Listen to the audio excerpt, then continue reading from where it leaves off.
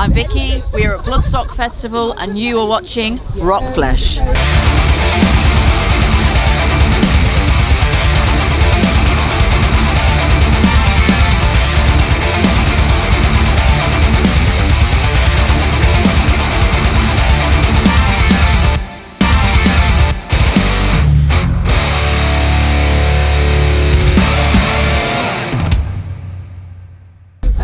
And here we are, rockflesh.com at Bloodstock. Day 3, we're all being a little bit frazzled. It's that sort of slightly sort of middle of the festival feeling where you know you've got 2 days left. And I'm joined by basically the personification of Bloodstock. That's an intro. That's an intro. That's an intro. So I've got a number of questions to ask you, loads of stuff. First thing though, is Bugle Guy from In Flames going to get his own set next year? I've been asked that quite a few times. Potentially. Yeah. Who's to say he's not the third headliner? Maybe there's something, you know. Yeah, absolutely. So you never know. I have never seen someone living their best life more than that guy. I actually feel like I'm doing the wrong job, and maybe that's what I'm destined to do.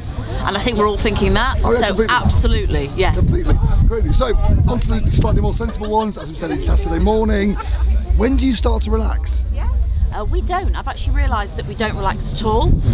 Realistically, it's not until a good few days after the festival, but then unfortunately I'm in still festival prep.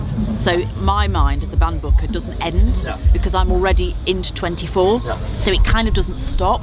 So you'll relax now. When the festival's over Monday morning, we can breathe a sigh of relief, but then we go straight back into 24. And let's talk about that because you did the announcement last night. Yes. Do you sit there basically wondering what the cheers are going to be like for each of the bands? I get terrible anxiety, and I was even joking about it yesterday because obviously we've had a band, we're bringing in new bands each year, we're bringing in bands that have never played Bloodstock that maybe aren't what people expect as well. So I'm always getting a bit nervous, although I'm very confident in what we book people will be happy with because it ticks boxes for lots of people. But yeah, obviously I get anxiety when the announcement goes up and I listen to the roar. I always get a relief when I hear a cheer, so it's good.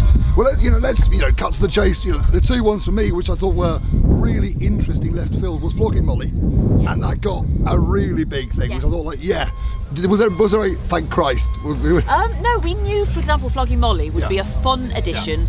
It wakes people up because next year we can say that they're playing on the Sunday. Sundays are always a day when we're all flagging a little bit, we're all a bit tired. What you need is Flogging Molly in the afternoon to really wake things up. Excellent. And then the other one, which is the left field but also a genius booking, and I'm not just saying that, I'm talking to architects, headliners. Yes. Let's call it a spade. So did you sit there and go, oh geez, how big is the chair going to be for that? I've been excited about architects since I've been chasing them, and they are one of my favourite bands. They're a great band, they're a British band, they are incredible. So I hoped that the cheer would be as big as it was. So when the crowd went up, and I think a lot of people maybe weren't expecting architects, if I'm honest. I think they look at Bloodstock in a certain way, and then a band like Architects coming into it was a shock, but a nice shock. So when the cheer was as loud as it was, I was like, great. And that's a UK exclusive. They're not doing anything else next year apart from this. Correct. Wow, that's a big deal. I'm about to say, how long did that take you to? It's a labour of love. It took months, and it's a lot of work with the band. It's a lot. I mean, I've spoken to Sam on many occasions. The band are such lovely guys. Obviously, certain members of the band have played here before with Stylosis. So, it was a great one to lock in. And they've never played, so I love bringing in bands to the festival that are obviously have never been to Bloodstock before, because it's then bringing in a new demographic of people as well. And I think that architects, I saw them on download, and what was lovely was just the humility. Because this was a guy going, I'm a fucking rock star. I know. And you could tell that there was almost a level of intruder. So that's the one, imposter syndrome. Around it, and it was. I presume he will bring that same humility. But then we got that from Killswitch Engage last night. You could tell Jesus Christ, they were stoked. They loved it. I was talking to them before the set. They were absolutely over the moon to be headlining, to be able to bring the production. Then also we've obviously had Mike's stuff in the gallery. So, and I think the same with Sam. I mean, it's a big thing for them. They want to bring a big show. They want to bring the real sort of, so you can see Architects. It's a big thing. They're a UK band as well. We've obviously got Malevolence supporting them.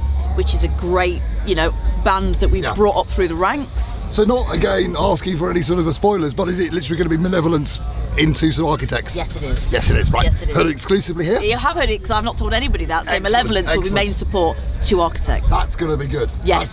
Is that a bit of a gamble? Because it's Malevolence and the Tent, and then before they were, one of those 11 o'clock in the morning bands 2 years ago, I'm Malev's biggest advocate, and absolutely not. I mean, the whole thing we do is we've put them through Sophie, we've put them early main stage, and we've brought them through the ranks, and they deserve that slot. Brilliant. That's exactly what Bloodstock's about, bringing those bands pretty quickly through the ranks of Sophie to main stage support. And talking to you, I think one of the things that really bothers is the passion. I know, we joke about, being the personification, but this is your festival. Yeah. You're passionate about it. I think one of the great things about Bloodstock is the independence of it. Totally. Have you ever, have you had offers from some of the big boys to sort of take over, big boys and girls? We've had people, yes, over the years, we've had people sniffing around, for want of a better phrase. We'd never do that. We're a family-run festival. If I even didn't own 10% of it with my family, there would be no interest. The whole idea of Bloodstock is it's independently owned by a family. It's a father and his children. So if that wasn't what Bloodstock was about, and we're passionate because it's our festival, we're not having to go and answer to lots of people above us. We make our own decisions of what's going to happen to the festival, and without the cliche, it's the fans' festival. Like, because we're 22 years going now, I love hearing people say, I've been here 20 years, I've been with you 15 years, I'm new to the festival. It's very rare you can get that. And you sort of just read my mind, because I was going to play my card and say, been going since 2009. I came to see Europe. I came to see Europe. I'm a massive Europe fan. I came to Europe and came away converting on black metal. Bam. That's the thing. I think with festivals, what you get is a band, and I always say this to people, rather than dismiss a band that you maybe think, I don't like them, check them out at a festival live, then make your decision. I always say to people, the amount of people like you that have come to see, say, a Europe type band and have gone away loving a black metal band or something that they didn't think they would. And that's the great thing with festivals. You've got such a mixture of things that you wouldn't necessarily listen to at home, or a gig you wouldn't go to independently, but you can experience it at a festival. So how far is the line about, because I remember seeing Mr. Big, who I also really love, and they were great, they really owned the place. So where is the line that you say, well, that probably is a little too far? I think that line's diminishing, because if you look at from where we started with power metal, and people are saying, you don't book as much power metal. Apart from Halloween, and exactly, metal, absolutely. That is the point. Totally. The line has got a lot thinner as the festival's grown. I look at bands as, if you're a rock or a heavy rock band, and you're any metal band, you're potentially going to play the festival. But why should you not? I don't want us to be an elitist event where we're saying we're not having this band or we're not ever going to have this type of music. We're a metal festival, and we're trying to cater for 20,000 people with all different tastes. So it's important we get the mix. Brilliant. And we have it across all stages as well. And as I say, I've been doing this now for like 14 years. Actually, what's really interesting is the site really hasn't changed that much in 14 years. Are you ever tempted to tinker? Or you go, no, I like where everything is and it's staying where it is? Even backstage, I'm a creature of habit. It's awful. We moved one of the dressing room cabins and I was so devastated. I was like, I can't get used to that. I'm literally that person. The layout will always keep, as long as it works. If it's not broke, don't fix it. So that's how we look at it. There are things that can always be improved. There's always going to be things that we bring into the site as we get bigger. We don't want to get past 25,000 people. We're at 20,000 now. We would cap it at 25,000 because people worry that we're going to suddenly get to 30, 35,000. That will never happen. We're going to cap it at that. And that's a sort of decision by the three of you to say, this is it, 25, that's as big as we're going and we're not going any further. Absolutely, and that works for the size of the festival. Once you get past 30, 35, you're then in download territory. Download does its own thing, and they do it very well. I love Download, and I've got a good relationship with all of the organisers, but we do what we do, and I think if we were bigger than 25,000, Bloodstock would lose the core of what it's about and what people love about it. And I think that's brave, sounds a bit sort of incredible, but it is to actually say, right, that's it, this is my festival and this is as far as I'm going. Yep, totally. So because the only thing that's, you share the site with Bearded Theory, you also do, the only difference is they were tented in the woods. Yes. Have you ever been tempted to go, I might try that? Yeah, for a bit? absolutely we are, 100%, and I know that people would love it. Yeah. So never say never. Right. You may Okay, at some heard it, point folks. see Yeah. something like that in Right. the woods. We are looking into things like Yeah. that because we know it looks great Yeah. and fans would like it. Yeah. It's just how you do it, because we're quite a bigger event. Yeah. So how would you segregate it? But we are looking into things like that. Excellent, and that's a lovely balance between, this stuff is staged, but actually we can add this, and you've got the Vikings, you've got the gaming, Yeah.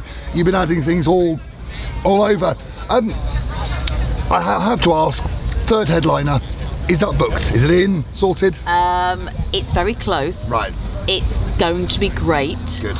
I can't say any more than that, but fair I feel that the three headliners together gives a perfect mix. Brilliant. And I think it's something that a lot of people will be very happy with. I've got two slightly irreverent questions we've been asking everybody. They seem very bizarre to ask you, which one of them is, if you had your own festival, who would you book? Which is a bit like, but if you were allowed to have Vicky Day, where you could basically say, right, actually none of this, gatekeepering rubbish, I can have a day which is literally my 6 favourite bands, this is my day. Oh God. Who would be on that? I think this is going to be awful. Yeah. I'm a massive Bring Me the Horizon fan. Yeah. So that's probably going to make people go, oh, I love them. I'm a huge fan of theirs. I also love a band called Bad Omens. Yeah. So I'd have them on the bill. I think they are the next big, huge up and coming band. So it'd probably be something that would shock people. I'd also throw Eminem in there. So I'd have Eminem headlining with Bring Me the Horizon, Bad Omens. That sounds good. I think Bring Me Horizon won back a lot of people to download. Yes. I think they really... Did you see the set? Yeah, saw the set, absolutely fantastic. Yeah. I love what they were doing with playing with conventions. You don't need to have the drum kit there, you can put the drum kit over there. You don't need to have this here, you can put it I've over never there. seen production like it, Yeah. and still I go on about it as that they put so much into that. The band and Ollie are such creative guys. Yeah. So this is why I love the band, that the way they've evolved and their ideas. It reminded me a bit of actually sort of Parkway Drive here, because I've got lots of friends of mine who said, didn't like them, don't like them. Oh my God, did you see that? Yeah. And I think you converted literally about 5,000 to 6,000 people that night. I call it teething problems. Yeah. And I always say we've got sometimes a band that we bring in where it's a teething problem. So initially it will create a knee jerk of people being, no, that's too far. But people then get used to it, and then when they see that band, they accept that actually it works. Yeah. And then you've gone past that teething problem, and then when you book another band potentially in that genre or that's pushing the boundary, they trust you because you've done it before. And in some ways, that was Parkway Drive auditioning to headline Download next. Absolutely. And the same when you had Ghost here, that was Ghost going, right, we can do the big ones now, And that's the good thing. In a way, Bloodstock is a great stepping stone for bands to go on to much bigger festivals, but I always think we're pleased to bring bands like Ghost, Gojira, those type of bands up that, we brought them through the ranks quite quickly to headline, and now look at those kind of bands. So it works. It does. And I remember seeing Gojira here in 2010, and again it was jaw drop of, oh my God, what is this? Mid-card, main stage at the time, and then obviously they eventually headlined, so yeah, it works. One more, then I'm of course going to let you go to basically make sure things are not falling apart elsewhere. Hopefully on the not. side. Yes. Final one. Again, we do have a Bloodstock cocktail this year, but if you were to do your Bloodstock cocktail, what would be the Vicky Bloodstock cocktail? Well, I don't drink alcohol. I was about to. So I'm really boring. So this is going to be So what's your probably. mocktail then? It would be chocolate based. It would definitely have cream in it, and weirdly it would have Diet Coke, which probably wouldn't mix at all. And the thought of it is probably curdling me now, but we'll stick with it. We'll stick with chocolate it. somewhere, cream, and a Diet Coke. Brilliant. God knows what it would be called. Vicky, it's been an absolute joy. Thank you, and thank you for your honesty and stuff. It's been fantastic. It's been lovely. Thank you. Right, you've been watching rockfest.com here at Bloodstock. We are going to go and watch some bands, and we're back with you very, very soon.